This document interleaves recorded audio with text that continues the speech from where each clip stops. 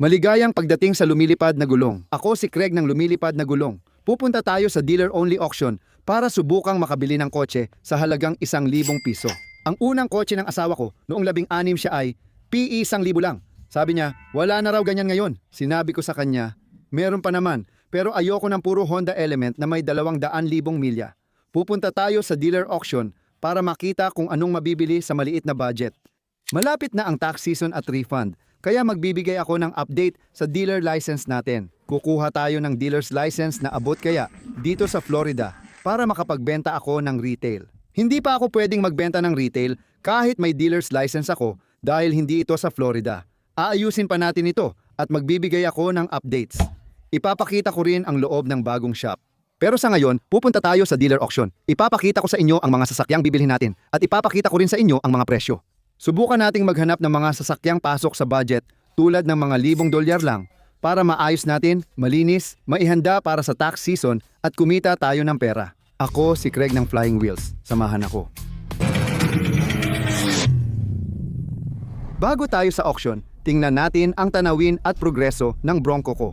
6 na buwan na mula nang bilhin ko ito, kasama ang mga anak ko sa Florida Keys noong Agosto mula sa orihinal na may-ari. Kaya lampas 6 na buwan na talaga at nandyan pa rin ito, hindi pa rin nila inaasikaso.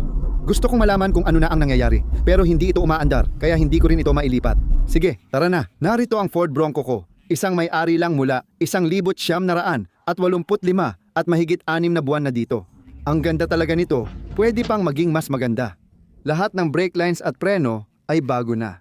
Hindi perpekto, pero masaya siya at isang may-ari lang ulit nito na astig talaga. Matagal nang may seat covers ito, pero gusto ko lang talaga itong mapaandar at masyado na itong matagal dito. Hindi pa rin umaandar. Ang astig pa rin ng itsura nito. Tara, alamin natin kung ano ang kwento sa sasakyang to. Wow, parang Yanko Camaro yan. Hello! Walang sagot. 1 minuto ang lumipas. Ayan na naman, nag-backfire na naman ang YouTube sa akin. Nasa akin na ang Mustang ko ng 3 buwan at siningil ako ng 3,000 para sa exhaust at suspension na ako rin ang nagdala. Nakinuha lahat ng kita ko sa kotse na yun pati na rin ang tagal ng panahon na inabot. Tinanong ko lang tungkol sa Bronco pero nawala ang gana ko matapos mapanood ang YouTube video mo tungkol sa reklamo sa presyo at tagal ng paggawa. Talo na ako sa Mustang na yon kahit maganda ang takbo at nabili ko pa sa tamang presyo. Hindi ko sigurado, baka may kita pa rin. Pero nagpalit kami ng langis. Kailangan natin ng tunay na rear diff cover at palitan ng bagong fluid. Naglagay kami ng headers, H-pipe exhaust, 2 muffler at 2 tip. Inabot sila ng 1 buwan at siningil ako ng 3,000 kaya halos 4,000 ang nagastos ko sa buong kotse. Tapos nagbayad pa ako ng 3,000 para sa exhaust installation. Naglagay din sila ng coilovers. Sila rin ang nag-install ng coilovers. Kaya 3,000, kinabit nila ang coilovers at exhaust na ang galing. Pero sa malas, hindi naman tumataas ang halaga ng kotse. Hindi rin naman ako makakakuha ng dagdag na $3,000 dahil lang may bagong coilovers at exhaust. Inabot ng 3 buwan at 3,000 kaya legit talaga. Nangyayari rin ito sa Bronco. Nag-e-enjoy akong gumawa ng YouTube videos at tapat akong nagsasabi ng nangyayari sa negosyo ko. Nawala lahat ng kita ko sa Mustang na yon at 2 beses na akong nasaktan. Ngayon, hindi na rin natatapos ang Bronco dahil doon, kaya nakakainis talaga. Sige, positibo, positibo, positibo. Punta tayo sa auction, bumili tayo ng murang mga kotse. Tara, pasok na tayo sa auction at tingnan ang mga laman nila ngayon. Iikot tayo sa paligid, titingnan natin kung anong mga klase ng kotse ang nandito. Titingnan din natin ang mga presyo, kung may magagandang deal, kung makakahanap ba tayo ng mas mura kaysa sa marketplace o sa Craigslist. O kahit pumasok ka lang sa car dealership at tanungin kung pwedeng bilhin ang trade-in nila, aalamin natin ngayon. Ang ganda ng bangka na to. Hindi ito ina-auction pero gusto ko yung saddle brown na vinyl. Vinyl ba yan? At yung malaking Suzuki 4-stroke, ano yon? 300? 300 Suzuki Outboard. Grabe. Uy, kumusta ka? Ayos, salamat. Ikaw rin, maraming salamat. May bidder badge, listahan ng sasakyan at ballpen ako. Magtatala tayo ng notes sa lahat ng dadaan na sasakyan ngayon. Malapit lang sa akin ang auction na ito at lahat ng sasakyan dito ay trade-in mula sa Auto Group. Kaya halimbawa may Jeep, Chevy, Ford at Cadillac na dealer at lahat ng mga trade-in ay dito dinadala. Dinadaan nila sa sariling auction dito, hindi sa malalaking auction house. Dahil marami silang trade-in na kaya nilang ibenta mismo. Mas mababa ang mga bayarin, yung buyer fees. Makakapili ka ng Mini Cooper, Ford Escape, Ford Expedition, Saturn Ion, o Mercury Grand Marquis. Mga murang kotse lahat ito dito, pero may magaganda ring kotse. Hindi mo talaga alam kung ano ang makukuha mo dito. Ngayon, lupa lang ang paradahan dito, kaya madumi ang mga kotse na gusto ko dahil mahilig akong maglinis. Nakikita ko ang ganda sa likod ng dumi na hindi kaya ng lahat. Madalas kung makita mo ang lampas sa pangit, makakakuha ka ng magandang presyo. Ngayon, ito ang isang bagay na interesado akong tingnan dito. 2019 na Lexus RC, 350.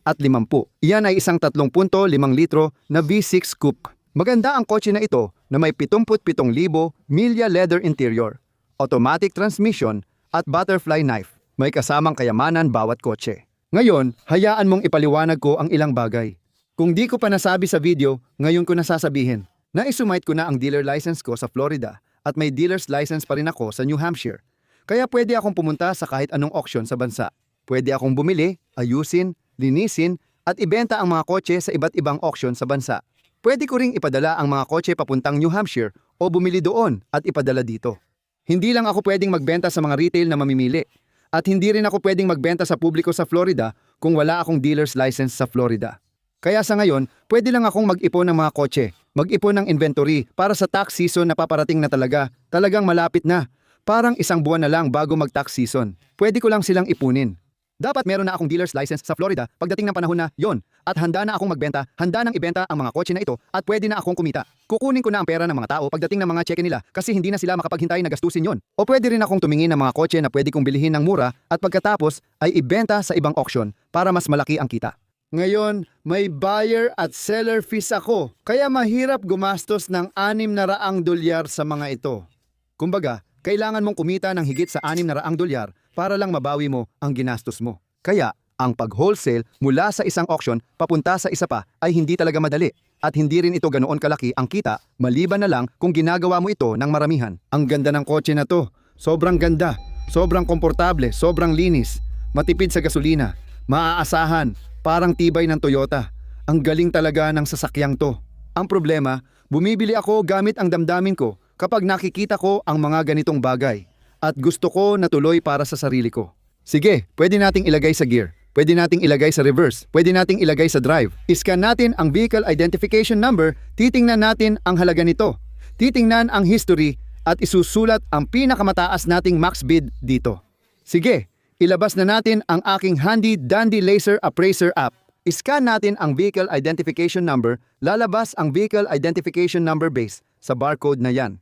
Ayan, isang 2019 na Lexus LRC ito. Sa Manheim, ito ang karaniwang presyong inaasahan natin kapag nagbebenta sa malalaking auction, kahit walang takdang presyo. Tapos pwede tayong pumunta sa wholesale. Pwede tayong tumingin sa Black Book. Sinasabi ng Black Book na nasa 20. Ayon sa JED Powers, nasa 20 rin. At tuloy-tuloy pa rin ito. Pwede rin nating tingnan ang Carfax para sa kasaysayan nito. 2 may-ari, walang aksidente. Isusulat ko dito ang 21,000. Yan ang pinakamataas kong bid para sa sasakyang ito. Ngayon, kailangan kong maghanap ng mga sasakyan na below $5,000 para sa tax season kasi hindi sulit magbenta ng mas mababa pa dito.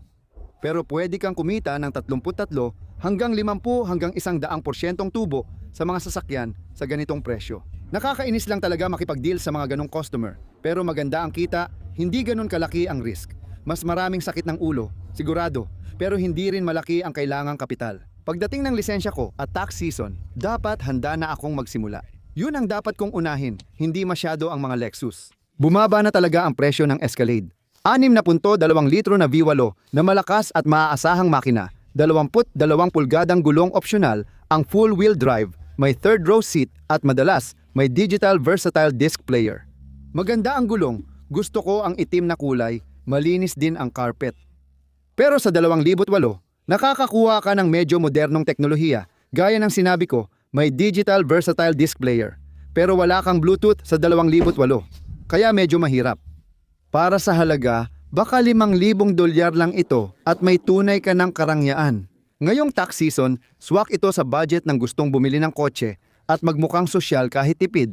Kaya tiyak na mapapansin nila ito. Hindi ito kotse para sa tax season, nakalagay M5. Pero totoo bang M5? Mukhang kulang sa sporty dahil hindi comp. Suriin natin. Pakiramdam ko parang 35 o 540 lang ito na may M logo. O baka M package lang. May M package na mga gulong. At meron din itong side vent. Hindi ko alam kung yung harapang umbok na yon. Tingnan natin ito. Sabi dito M ito. 2019 ito na may 60,000 milya. May mga solidong gasgas dito. Ayoko nung asul na leather sa loob. May amoy sigarilyo pa. Walang anumang palatandaan sa kotse na ito na M5 ito. Parang tunog 6 na silindro pa nga yan. Oo, turbo. Siguradong hindi ito M5. Noong huli naming auction ng kapatid ko, hindi namin alam paano buksan ang hood ng BMW. Tapos isa sa inyo ang nagsabi sa amin na kailangan hilahin ng 2 beses ang lever, yung hood lever, 2 beses. Ginawa ko yun, tingnan natin kung bubukas na. Yun ang sikreto. Twin power turbo yan, single turbo, pero lakas parang twin turbo. Malakas din vibration ng makinang yan, di ba? Ewan ko lang. Ayan na. Ito ay isang 530i M Sport, kaya M Sport package ito sa 530i. Ngayon, pinag-uusapan natin ang halos 25,000 na diferensya ng presyo mula 530em hanggang M5.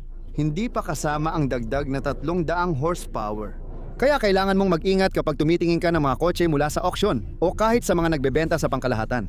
Kailangan mong i-check muna ang mga sasakyan bago bumili. May mga bumibili na akala nila M5 ang nabili. Kaya mag-ingat at gampanan ang responsibilidad bilang mamimili. Mahalagang gampanan ang responsibilidad mo. Tulad ng saludo kay Laser Appraiser. Uulitin ko, hindi ito sponsored na video. Pero doon ko tinitingnan ang mga vehicle identification number. Malamang may link sa aking description kung gusto mong subukan sila. Tinitingnan ko ang mga vehicle identification number at ang mga halaga. At sinasabi nito sa akin ang kasaysayan ng kotse. Sa ganung paraan, alam ko ng eksakto kung ano ang binibili ko. Hindi pa nga yun. Maganda na ngang pagbanggit iyon para sa kanila kahit hindi sponsored. Gusto ko talaga si Mia Black Cadillac. Ang ganda ng kotse na yon. 2016 CT 5 ba o XT6? Palagi nilang pinapalitan ng Cadillac ang pangalan ng kanilang sedan. Hindi ko na alam. CTS ba ito? CT5, CT4 o CT3? Hindi ko alam. Sino ba talaga nakakaalam? XTS ang ganda ng kotse. 100,000 milya na. Siguro mga 5 o 6,000 dolyar. Maraming kotse makukuha sa presyong yan. Konti lang ang magagandang kotse dito. Pero napaka maaasahan ng mga taxi. Kaya tama ang lugar natin para sa gusto natin. May turbo Mustang na 6 na silindro doon. Kailangan ni Mrs. ng bagong kotse. Maganda yung itim na Expedition na yan. Siguro mga 20-20 o 20-18. 104,000 milya na. Ayoko ng EcoBoost na mataas ang milyahe kasi madalas may maingay na timing chain at sira sa head gasket. Pampamilya pa yung kotse, ayokong kunin problema ng ibang pamilya at patay na. Kaya di ko rin ma-check. Parang may nakita akong supercharger dito. Oo, Hellcat nga yan. 2,018 Hellcat, 39,000 milya. At sobrang dumi ng kotse, na sa totoo lang ay maganda. Oo, grabe yung makina na yan. Gusto kong malaman ang presyo nito kaya panoorin natin. Magaspang na para sa 33,000 milya. Gusto ko ang interior pero ganito na agad ang kondisyon sa 33,000 milya. 6 na bilis na Hellcat ito. Patay na patay. Ang mga trade-in matagal lang nakatambay sa lote. Kadalasan naghihintay ng titulo. Wala ring parehong susi. Ang pulang susi ang nagbubukas ng lahat ng potensyal ng kotse na ito. Magaspang ang leather. Maganda pero magaspang. All natural Laguna Premium Leather Care Guy. Malinaw na hindi nila inaalagaan ang Laguna leather nila. Ang mga kotse na ito ay may 2 susi, ang itim na susi at ang pulang susi. Ang pulang susi talaga ang nagbibigay ng lahat ng lakas na meron ang Hellcat. At ang itim na susi ay parang para sa pang-araw-araw mong gamit, iyong driver key. Baka kailangan mo ng baterya, baka dahil lang sa matagal na itong nakatingga. Siguradong makikita natin kung magkano ito mabebenta sa video na ito. Talagang interesado ako. Magandang BMW ito, hindi M1 at convertible na hardtop pa. Astig ang kotse na ito. May manual transmission option din yata, di ba? Kaya ulit, may M package ka at 2 remote na susi. Gusto ko ang tunog ng makinang yan, lalo na kung sa mas magaan na kotse. May M pa sa baba. Akala ko 1 series dahil maliit, pero mali pala ako. Ito ay 4 series convertible M Sport. Astig at napakagandang kotse. Pero hindi ko alam ang pinagkaiba ng 4 series at 3 series. Teka, titingnan ko muna Brian, babalikan kita. Ito ang 425i. Hindi M Sport at iyon naman ang 4 Series M Sport kaya hindi M. Hindi ko talaga gusto ang SL550. Hindi talaga. Kakatapos ko lang tingnan ang pagkakaiba ng 3 at 4 Series. Ang 3 Series ay sedan, coupe at convertible habang ang 4 Series ay mas sporty. Yan ang sabi ng artificial intelligence. Hindi ko yun alam dati. Paborito ko ito nung umpisa pa lang ako. Gusto ko talaga ang Saab 93, convertible at manual transmission. 07, 78,000 milyahe. Noong panahon ng General Motors, sobrang saya at ganda ng mga kotse. Hindi na ako interesado ngayon, pero noong nag-uumpisa pa lang ako ng dealership sa New Hampshire. Dati, bawat makita ko, binibili ko talaga lahat ng kaya ko kasi sobrang sulit ng kotse. Nabebenta ko sila ng mga 35 hanggang 4,000 dolyar at kumikita pa rin ako ng malaki. O sige, nagsimula na ang auction, kaya tingnan na natin ang presyo. Nagsimula na, tara na. Nissan, anong mas maliit sa Nissan Rogue? Rogue nga. May Jeep Grand Cherokee at Chevy Trax din doon sa taas. Interesado ako sa Lexus, trip lang. Pero gusto ko yung Altima para sa kita. Mayroon tayong 2,004 Nissan Altima na may 103,000 milya. Perfect ito para sa tax season. Automatic ang transmission, leather ang interior, may UP na kaya kong ayusin. Pearl white, lilinisin at papakinisin ko ng maayos. 100%, kotse talaga ito para sa tax season. At noong 2008, maganda na itong kotse, nagustuhan ko siya. Sa 2.5S, hindi ko binili yung 6 na silindro. Pareho lang sa Nissan. Ano yon? Pangit talaga ang Murano. Lalo na ang transmission, kaya mas gusto ko manatili sa 2.5S Ultima. Panoorin natin kung magkano ang bentahan nito. May check engine light ba na nakailaw? Wala, ayos. Salamat. Malamig ba ang aircon? Oo, malamig ang aircon. Nandito na ang Altima, 3,000. Ayos na ang 1,000. 3,000? Ayoko niyan. Magandang alok yan. $1,000. 1,000! 1,100.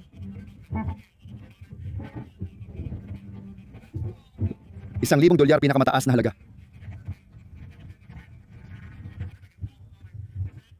Ayos. Hindi lang ako bumili ng kotse na 1,000 dolyar na may 100,000 milya lupit ng deal na yon. Dumaan ang Lexus. Ang ganda ng kotse. Kung F-Type lang sana, gusto ko para sa sarili ko. 21 ang pinakamataas kong bid. Nasa 21.8 na. Magandang deal pa rin yon para sa kotse na yon. Walang bid hanggang 4 na po. Anumang mas mababa sa 35 ay magandang deal. Ang Hellcat na yon ay higit 40,000 na ngayon, kaya hindi ko na mabili, ayusin, linisin at ibenta sa auction para kumita. Sige, nakikita ko ang BMW M5 na dumadaan at pagkatapos itong Escalade. Interesado ako sa pareho niyan. At pagkatapos, aalis na tayo, lalabas na tayo dito. Interesado rin ako sa 4 Series na BMW na ito. Gusto ko ang kulay at estilo. Pero magkaiba yata ang kulay ng headlight sa driver's side. 10,000 naman, alam nating magandang deal iyon. At P4,000 pa ang sobra sa budget ko. Basta mas mababa sa P10, okay na sa akin. 11, pwede kong ibenta ng retail at kumita, pero hindi ko pa magagawa yon ngayon. Ayan, hindi masyadong astig, 5,000. 20, 18, 800, 40,000 milya. 428 Convertible pa rin. 4,000 piso. Grabe yon. Sobrang sulit ng kotse sa presyo. Sobra na yan. Wala pang nagbibid. Mukhang out na ako. Pila 5,000 malas. Pasok sa budget ko yung Escalade, mga P4,000. Kung makuha ko ng 4, ayos na. Heto na ang Escalade. Sobrang linis para sa 08. Gusto ko yan. Hindi kinakalawang. 5,000, 4,000. Hintayin natin ang mga bidder dumating. 4,000, 400 at 40 dolyar. 400 at 70, 5,000. Okay pa rin ang deal. Hindi. Lalayo muna ako ngayon. Ang problema sa auction? Tingnan mo sapatos ko. Dati puti. Pero pagpunta ko sa Micam auction, naging sobrang marumi. Gustong gusto ko pa naman itong puting sapatos, pero hindi na sila puti. Sira na rin. Heto na naman, isa pang kotse para sa tax season, 2,006 na Lexus. Ito ba ay R? Ano tawag nila dito? Ano ba ito? Lexus IS. 250. Alam ko na yan, Greg. ES 250, 2 tuldok, 5 litro, 4 na silindro. Sigurado akong itatama nyo ako. Hindi ko naman alam lahat ng bagay. 16,000 piso sa Lexus na yan. 17, 18,000. Heto na naman, isa pang maganda para sa tax season na kotse. 2,016 na Jeep Patriot, 121,000 milya. Medyo mga disposable na kotse ito, pero mura sila. Medyo moderno at maluwag. Kaya kung makukuha ko ito ng mas mababa sa 2,000, panalo na yon. Tapos mabebenta ko pa ng 5. Kahit 3,000 ang bayad ko, mabebenta ko ito ng $5,000. Kailangan lang ng konting pintura sa bumper. 2,500 para sa Patriot.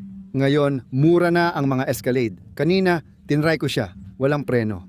2015 ito na may 150,000 milya. Malaki ang truck na ito at maaaring nagkakahalaga lang ng $10,000-$2,000 na kahanga-hanga. Kailangan nito ng mga gulong, kailangan ng preno, malamang pati mga brake line. Sino ba ang nakakaalam? Pero napakalaki na ng kotse na yan para sa wala pang $20,000. Kung 2,000 lang, napakagandang deal niyan. 13, ayos pa rin, 14, medyo tumataas na tayo. Di ko sure kung 2-wheel drive o 4-wheel drive ito, kaya kailangang iscan ang vehicle identification number para malaman. Ini-scan ko ang vehicle identification number, tama ako, 4-wheel drive siya. 10,000 ang palit sa kotse na to. Tuloy lang. 10, oo. 11, 72 mura yon. 10, 8. Kaya tama mga numero ko. Makukuha natin to ng 10. Maraming kotse na pwedeng mabili sa halagang yan at isang may-ari lang. 14,000 pero walang nagbibid. 13,022. 12 na lang.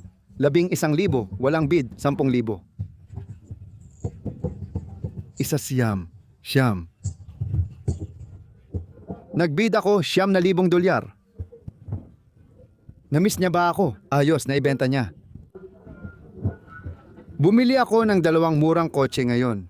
Para sa $9,000, ang mas bagong Escalade na 4-wheel drive ay maganda na. Masaya i-detail. Kailangan lang ng preno at medyo duda sa gulong. Sobrang sulit na ang kotse na yan sa presyo. Dati kasi 80,000 yan 10 taon na ang nakalipas. Hindi ako makapaniwala na nakabili ako ng isang Escalade na isang may-ari lang sa halagang mas mababa sa $10,000. Sige, tingnan natin ito ng mabuti. Altima. Suot ko ang Meta sunglasses ko. Gusto kong makita ang video at audio ko.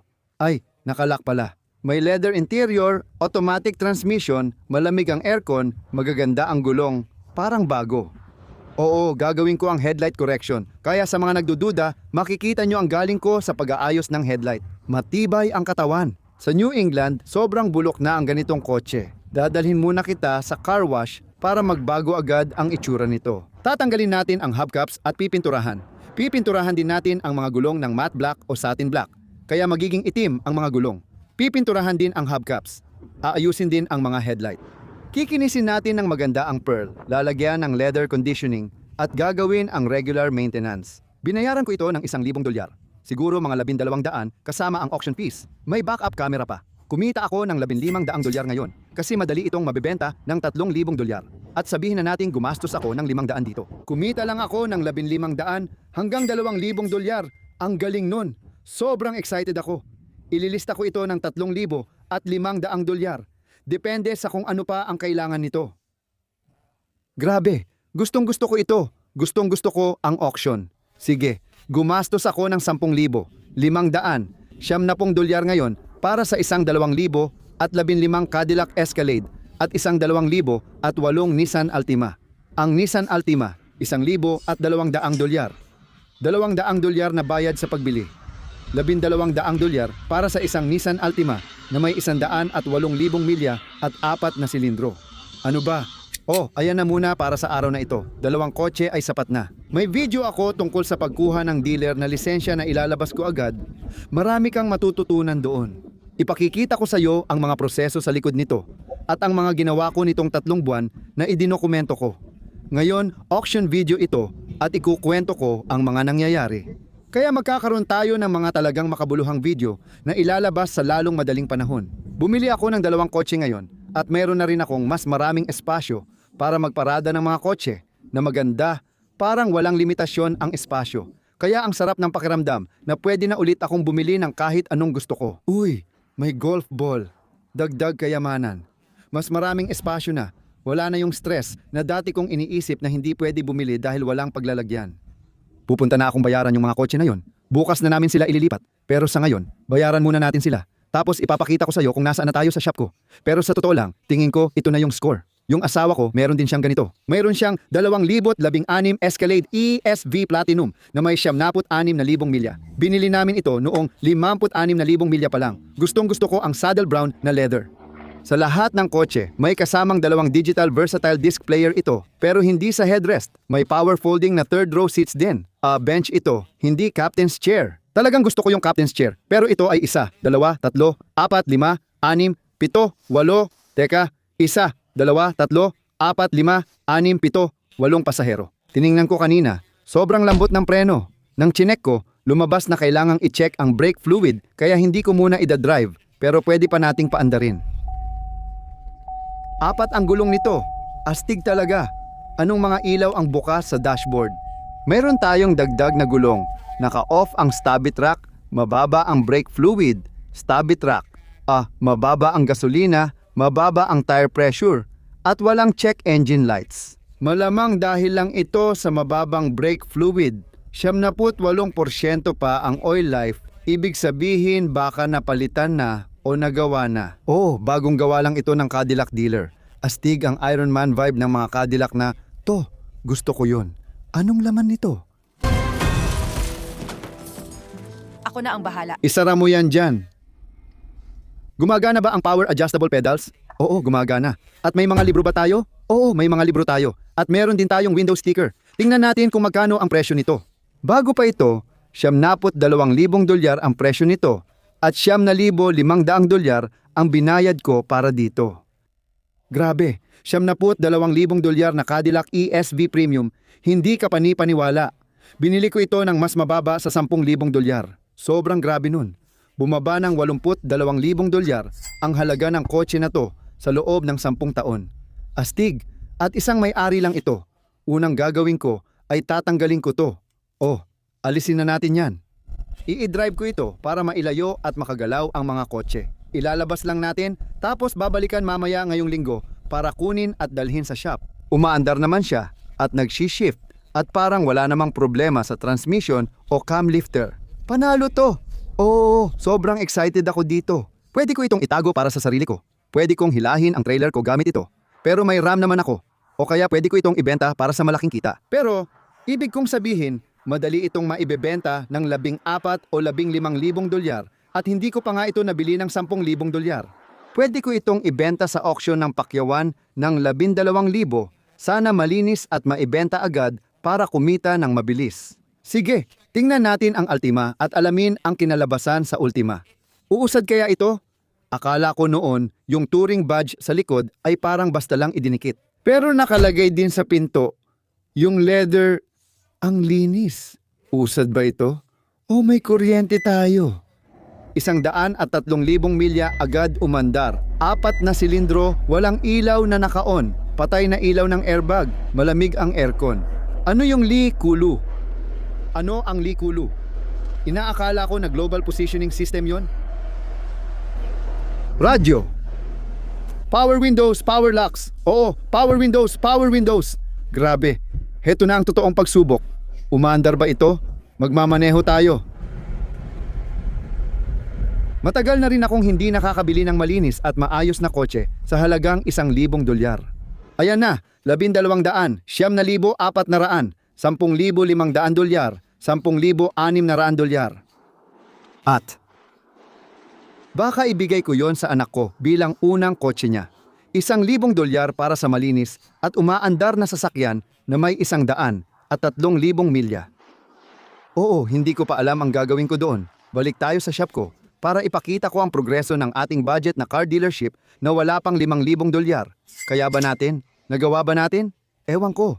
Punta tayo sa shop ko at ipapakita ko sa iyo.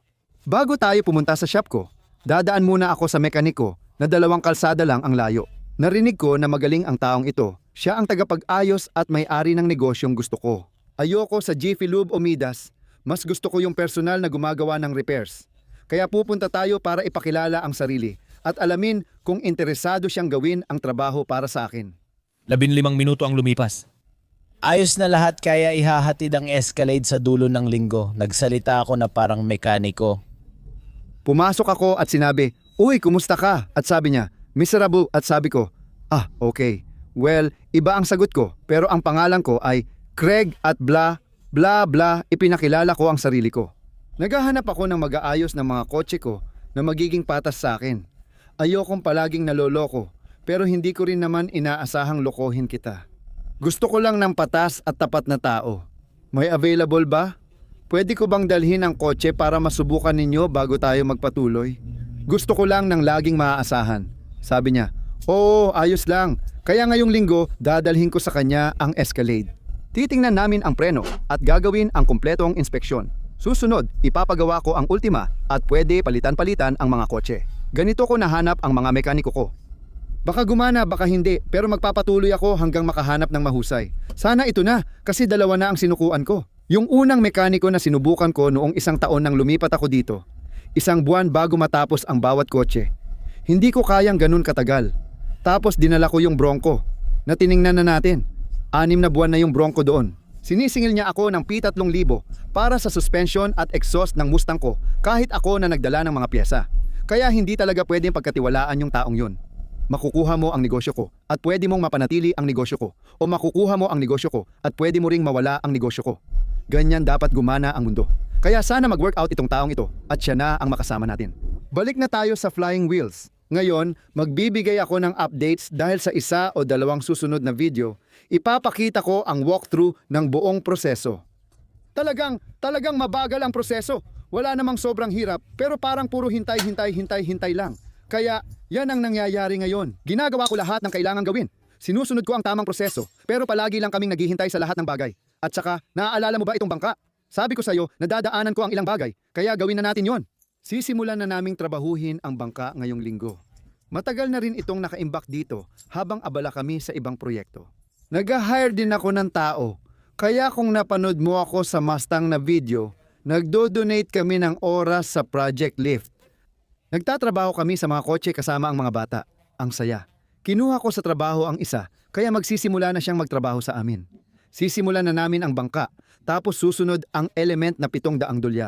Nabili na namin lahat ng piyesa para doon. Susunod naman namin gagawin yung 76 Mustang Gran Turismo. Nabili na rin lahat ng piyesa para dito. Makakakuha ka muna ng paunang silip kung ano ang itsura bago tayo pumasok dito. Gusto kong ipakita sa iyo kung ano ang itsura nito, hindi pa ganoon katagal. Kanina lang ngayong linggo. At pati na rin ang proseso at kung ano na ang itsura nito ngayon. Kaya handa ka na ba?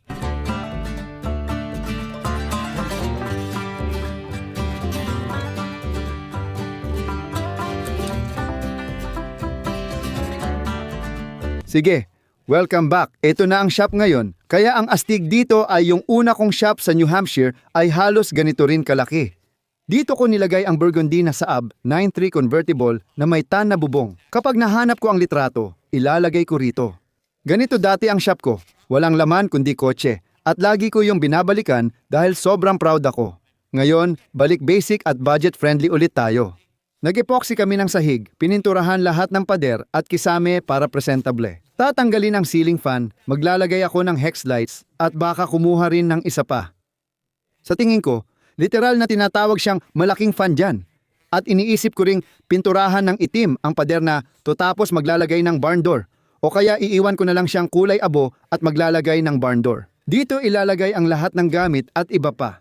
May paparating akong video tungkol sa proseso. Gaya ng huling Micom video ko. Pumunta kami para tingnan kung ano ang mabibili namin sa ilalim ng $20,000 o sa ilalim ng $25,000. Yun na yung huli kong Micom video. May paparating din kaming video tungkol sa dealer license. Kung interesado ka, panoorin mo yun. Tapos pati yung kondo na binili ko ng $20,000. Ituturo ko sa iyo kung paano bumili. Foreclosure ng Homeowner Association. Mga dapat bantayan dahil pwede itong maging delikado. Pero pwede ka rin kumita, parang dodoblehin ko yung investment ko mula sa $20,000 na talagang kamangha-mangha. Sobrang astig, kaya ituturo ko sa iyo kung paano gawin yon sa susunod na video. Pagkatapos ay aayusin natin ang bangka, tapos aayusin natin ang element, tapos aayusin natin ang Mustang, at pagdating ng tax season, negosyo na tayo mga pare. Yung element, sa tingin ko ibibigay ko sa anak ko. Pero yung element ay magiging handa ng ibenta, yung Mustang magiging handa ng ibenta, yung Altima magiging handa na rin, at pati yung Escalade ay magiging handa na rin. Pag nakuha na talaga natin ang lisensya natin, pupunta rin tayo sa auction sa Huwebes. Gustong-gusto ko talaga yung donation auction para makita kung ano pa ang pwede nating mabili. Nag-iipon tayo ng stock. Ay, nakalimutan kong ipakita sa inyo yung Corvette, 2004 Corvette, Silima convertible, 60,000 milya automatic, leather interior, chrome gulong. Ang ganda ng tunog. Ipakikita ko pa sa ibang video, pero ito lang talaga ang gusto kong simulan ibenta dito. Ayokong magbenta ng Honda Elements o Nissan Ultimas. Mag-focus muna tayo sa buwis at kotse. Tapos babalikan ang Corvette na patok sa Florida. Yun lang sa video natin ngayon. Salamat sa suporta at panonood. Excited akong bumalik sa basic at simple lang. Lumaki ako. Hindi man ganun kalaki sa New Hampshire, pero lumaki pa rin.